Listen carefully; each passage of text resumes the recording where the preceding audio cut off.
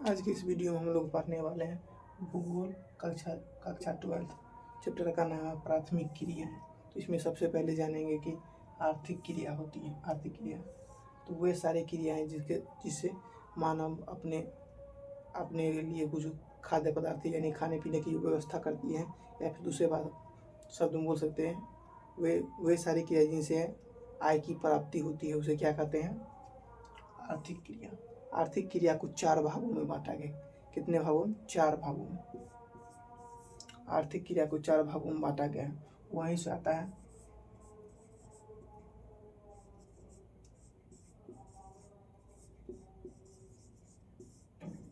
प्राथमिक क्रिया, और दूसरा होता है द्वितीय क्रिया, तृतीय क्रिया और चतुर्थ क्रिया। एक बार फिर से जानना चाहेंगे, आर्थिक क्रिया होता है यहीं से उत्पन्न होती है ये चैप्टर जिसका नाम है प्राथमिक क्रिया। प्राथमिक क्रिया कहते किसको है? तो सबसे पहले जानिए आर्थिक क्रिया क्या होता है। आर्थिक क्रिया तो वे सारी क्रिया जिनसे मनुष्य अपने लिए आय अर्जित करता है, या वे सारी क्रिया जिससे हमें आय प्राप्ति होती है उसे क्या कहते हैं? आर्थिक क्रिया। आर्थिक क्रिया को 4 भागों में बांटा गया है। सबसे पहले प्राथमिक क्रिया, द्वितीय क्रिया और चतुर्थ क्रिया। तो वहीं से आती है प्राथमिक क्रिया। अब अगला टॉपिक जानने के लिए प्राथमिक क्रिया कहते हैं। तो ये प्राथमिक क्रिया प्रत्यक्ष रूप से पृथ्वी पर मतलब पर्यावरण से आधारित होती है या पर्यावरण से संबंधित होती है, जिसमें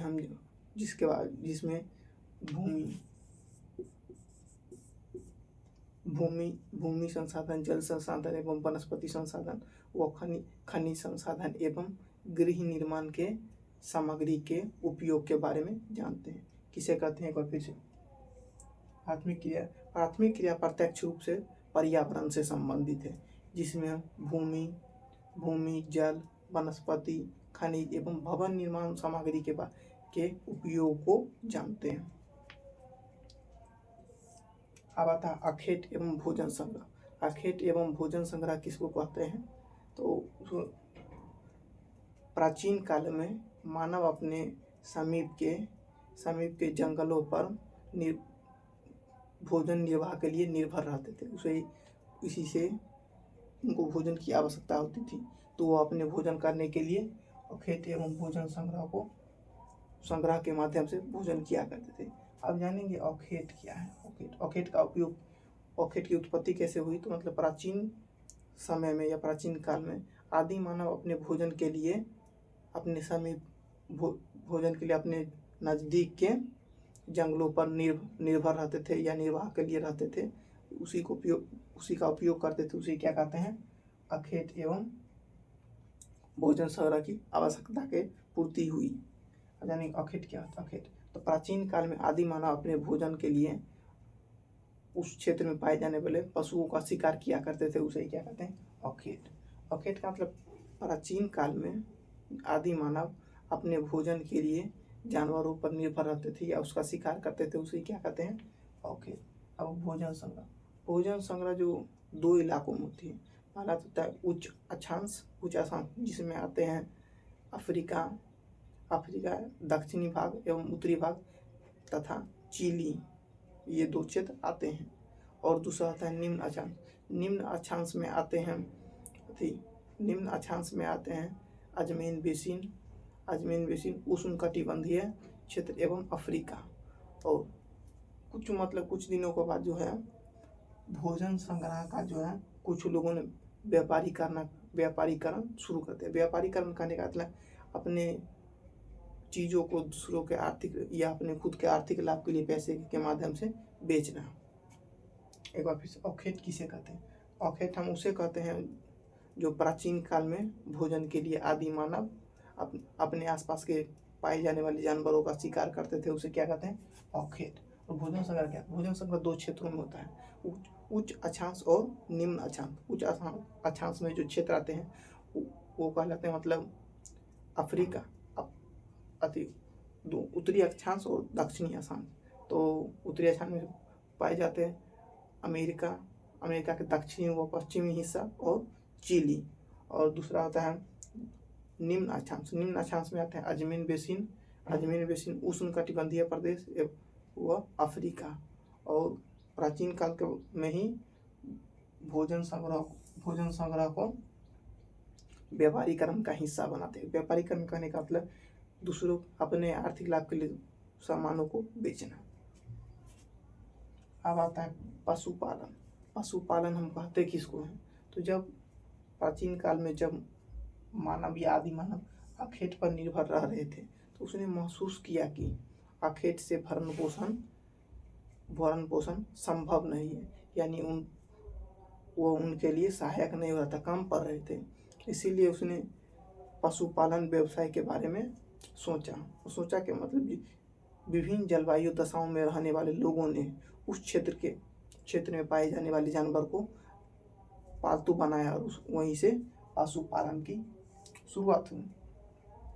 पशुपालन को एक बार फिर से समझते हैं। पशुपालन जब अखेट एवं भोजन संग्रह पर आदि मानव निर्वाह कर रहे थे तो उन्होंने महसूस किया कि इस अखेट एवं भोजन संग्रह से पर्याप्त भरण पोषण नहीं हो रहा है। इसके लिए उन्होंने विभिन्न जलवायु दशाओं में रहने वाले लोग उस क्षेत्र में रहने वाले जानवरों को पालतू बनाया और पशुपालन की शुरुआत हुई। अब आते हैं चलवासी पशुपालन। चलवासी पशुपालन क्या होता है? तो इस चलवासी पशुपालन जो है प्राचीन काल से ही क्या मतलब भोजन निर्वाह का या जीवन निर्वाह का क्या है साधन रहा है, व्यवसाय रहा है, जिसमें पशुचारा का अपने औजार, कपड़ा, पानी पीने की व्यवस्था एवं उत्तम चारागाह के गुणवत्ता के अनुसार क्या करते हैं, एक स्थान से दूसरे स्थान की ओर जाते हैं। एक बार फिर से, चलवासी पशुपालन जो है प्राचीन समय से ही जीवन निर्वाह का व्यवसाय रहा, जिसमें क्या करते हैं पशुचारक अपने पशु के साथ औजार, कपड़ा, भोजन पानी के गुणवत्ता के अनुसार, चारा के गुणवत्ता के अनुसार एक स्थान से दूसरे स्थान तक जाते हैं। उसे ही चलवासी पशुचारण कहते हैं, यानी चल चल के पशु का पालन करना। अब आता है वाणिज्य पशुधन पालन। वाणिज्य पशुधन पालन क्या होती है? यह एक व्यवस्थित प्रक्रिया होती है। क्या होती है? व्यवस्थित प्रक्रिया। इसकी जो प्रेरणा ली गई थी वो पश्चिमी देशों से ली गई थी।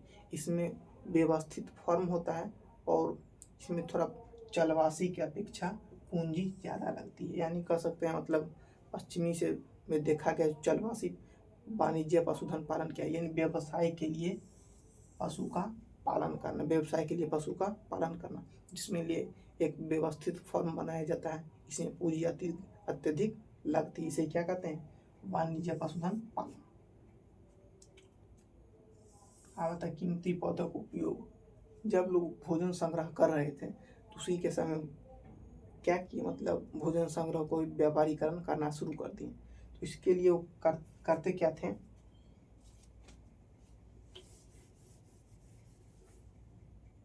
पेड़ का उपयोग करते थे। कैसे करते थे? सबसे पहले पत्ते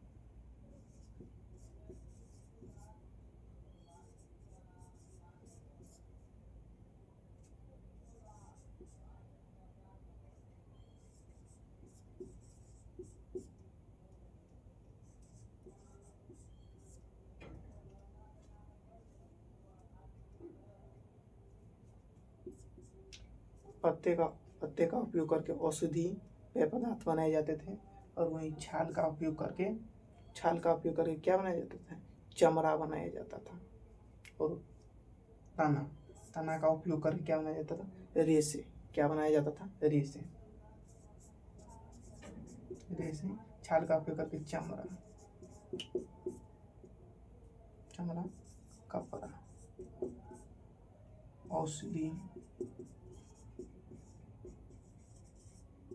औषधि या फिर पेय पदार्थ बनाया जाता था।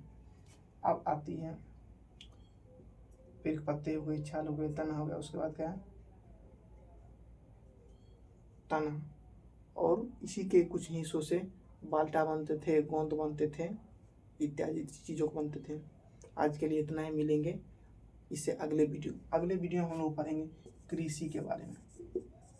कृषि क्या होती है, कितने प्रकार की होती है। आज के लिए इतना ही।